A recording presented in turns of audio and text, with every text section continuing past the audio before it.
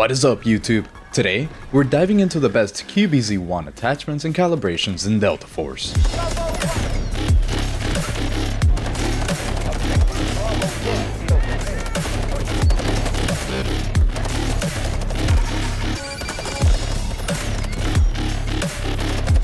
The QBZ1 is only available for the Assault class. It deals 22 damage with a fire rate of 679 rounds per minute. This means that it has a time to kill of around 350 milliseconds at its most effective range, which is from 0 meters to 40 meters. The QBZ1 benefits a lot from extra stability and from reducing the vertical camera shake, so we'll be putting a focus on those stats today. We'll be doing that all while increasing its muzzle velocity, decreasing its recoil by a lot, and keeping the handling at a reasonable level for distances that you would be using the QBZ in. This is my favorite build for the QBZ1 after a lot of testing, so I'm sure you'll enjoy it. I had finished recording this video, but I realized that the Season 2 update would change the build way too much, so I delayed it to give you the latest information, especially now that the 45 round magazine is available. Let's get into it. First, we have a blank QBZ, and we'll go from the front to the back. We begin with a barrel where we would be putting on the QBZ longbow barrel combo. This is the longest one that we have, so it increases the range by a whole 6 meters, which is pretty noticeable during your games, all while increasing the control and the stability too, so let's put this on. Next on the muzzle, we'll be putting on the Sandstone vertical compensator. This is mainly to get rid of the vertical visual recoil on the weapon, which is going to be very important when you're taking those longer shots. So let's put on the Sandstone vertical compensator. Next on the foregrip, we'll be putting on the Phase Combat foregrip. It'll help us a really good amount here with the control, give us some handling stats and stability stats. We don't really want to use the other ones because they will decrease the stats a little bit more than we would really want, so Phase Combat foregrip is the best one here today. After that, we'll be changing up the handguard kit here for the 95 longbow platform kit. It's going to give us a whole bunch of good stats while increasing the amount of things that we can put on the weapon. Now we can put on the left patch and the right patch, and for those we'll be putting on the KC Hound handguard panel. This is going to take our stability to a really good number here, which is pretty necessary now that the new update has come out. Next on the upper rail, we put on the red laser light combo, or whichever light you want to use, but I do like to stick to the red laser because it helps our handling, and red should be the hardest to see in a real game. Next on the optic, it's purely preference, but I do really enjoy the Cobra accuracy sight for this weapon, since it is raised a little bit and you don't get to see that iron sight in the front. Next on the rear grip, we put on the Invasion rear grip, which is going to help our control and our handling by a really good amount here. For the magazine, we just got access to the 45 round magazine, so you should really unlock it because it helps us a lot more than the 30 round magazine, and it doesn't hurt our stats as much as the 60 round magazine. So the 45 round magazine, in my opinion, is definitely the best one here, and you can combine that with the Badger small mag assist for that one extra handling. And last but not least, on the cheek pad, we'll be putting on the only one that will help our control, handling, and stability. This is the QBZ before the calibration. Let's look at the details here. We have our really good control, which will only improve using calibration. Our handling is decent for an assault rifle. Remember that you shouldn't really be running and gunning with this thing as if it was an SMG. And our stability is very good here, which is a very important stat for this gun because it has a lot of lens instability when firing, so we're trying to fix that up quite a bit here. Now let's take a look at the calibrations for this weapon, where we begin with the barrel, and we increase the weight limit all the way up to the maximum here so that we can help out our firing stability. It's a pretty important stat on the QBZ. The length, we take it down to the minimum so that we can help out our ADS speed because we will hurt it a little bit more later. Next on the foregrip, we'll be moving the placement all the way up to the maximum here so that we can get even more control, and our thickness all the way down so that we can at least keep a little bit of ADS movement speed. Next on the rear grip, we'll be putting the weight limit all the way up to the maximum here for even more control, and we're going to keep the thickness at the default settings because we don't want to hurt our hipfire aim speed or our stability when moving. And now for the cheek pad, we can move the weight all the way up to the maximum for even more control, and our thickness all the way up to the maximum so that we can get even better firing stability. This weapon does benefit a decent amount from firing stability, so that is why we're choosing to go for that. And then lastly, on our optic, we want to move the eye relief all the way down to the negative 20 millimeters. This is going to help us see a little bit more inside of the window so that you can have a clearer sight on everybody around you. Now looking at the stats for this calibrated weapon, we have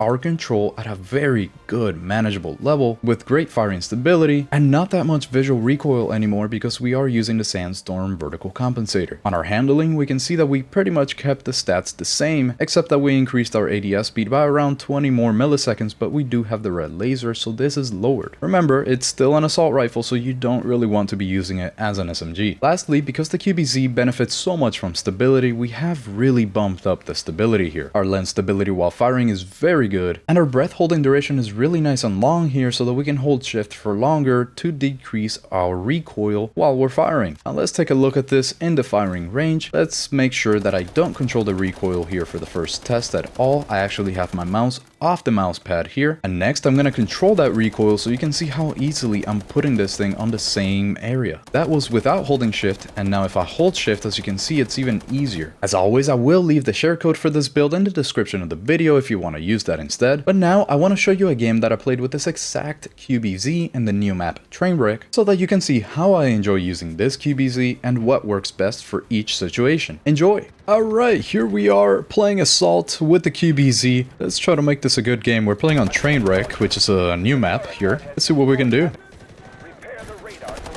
Here we go. Pretty easy to get people doing head glitches with the QBZ. They've gotta be behind this berm. There we go. Now you really want to try to stick to ranges that are a little bit further than 30 meters, but less than 90. So that 75 that I just did right there, that's a perfect range for the QBZ. Oh man, I almost got the second guy too. And not only is that because the time to kill is not the best compared to other weapons, but it's also because the ADS time is not as good as you know, a lot of SMGs and such. Try to get around here. I'm still very new to this map, so I'm probably not going to be getting any 100 kill games right now, but I still want to show off the QBZ, this new build for Season 2. I was working on a build for during Season 1, but I didn't want it to come out right as Season 2 was released. And then the attachments not being the best for Season 2 because they did a lot of changes to control and stability. There we go, we got A. Doing really good. Get that beacon. Now, surprisingly, ranges like this are actually pretty good for this gun too. But you do have to burst a little bit more. You can't just hold down the trigger. Oh, somebody got kicked out of my team for hacking from what it looks. Again, you want to stick to above 30 meters but below 90. Those are going to be the optimal ranges for the QBZ. If I can get this guy at a head glitch, there we go. So you can see there, the muzzle velocity is actually pretty good, so even at that range, you barely have to lead people. It's really not too bad in that regard. Let's try it here too. There we go. That was 66 meters, and you saw how easy it was to handle. Oh man, I almost got him. The biggest complaint that I was having was the 60-round magazine being the only magazine, so it would slow down the handling way too much. But now that we have the 45-round magazine, which I feel like they heard me or something because I really wanted, I called it out, like I really wanted a 45-round magazine. So now I'm really glad that they actually put it in. There we go, doing really good. Oh, there's somebody in here. There we go. It doesn't have the best hip fire, but it's very usable for hip firing. She's probably gonna push here. Yep, there we go. Every time I see that little thing come out, I turn around because it doesn't blind you as much if you just turn your body around. I didn't have to in this case, but then I just wait. And eventually they show up. There we go. Destroyed their kill streak, so that's good. I know somebody was on the roof a second ago there. Okay, there we go. Are they still here? Oh, they are. Oh, I almost got him. Hold on. Where are they? There we go. Wait, there's another one. Can't believe it. There's gotta be one more. Oh no. Okay, we're alive. We're good. Got them all. Wait, that was an enemy? Wait, that was a shield enemy guy. Wait, I don't know what he does yet. He just knocked me down. That was funny. Get out of here. Don't see anybody. Just saw this window open and I figured, might as well. Ah, I was trying to get on that. I'm sure you can if I just take out my knife, but I don't want to get up there again. There we go. 61 meters and head glitching. Very easy kill still with the QBZ. Every once in a while I'm getting these weird little hiccups here. I'm lagging again. Sounds like a Season 2 things because that was not happening to me in Season 1. Oh, whoa. How are you doing? Is there another one behind? No. Why is there always a third? My teammates just put out a spawn beacon in a really good place right now. Let me see if I could use that to my advantage here. There we go.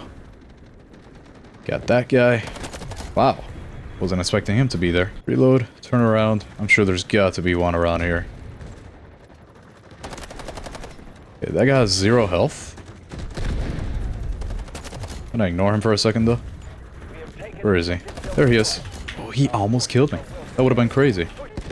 Alright, let's make sure we got 45 rounds and let's get on the point. Nice little head glitch spot here that we have.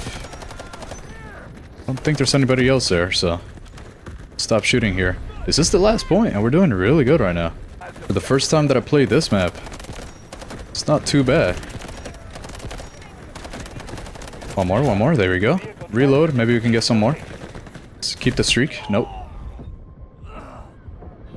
Oh, thank you, teammate. Well, let's reload again. Ooh. Got my teammate, sadly. Is my ultimate here? Wow, there's so many people on this side. There we go, that's the QBZ1. Really good gun right now, especially in Season 2. It's a really fun weapon, so I hope you use it. If you have any suggestions for this QBZ, or if you have any way to improve it, let me know in the comments down below. Leave a like if you enjoyed this video, and I will see you on the next one. Owl out.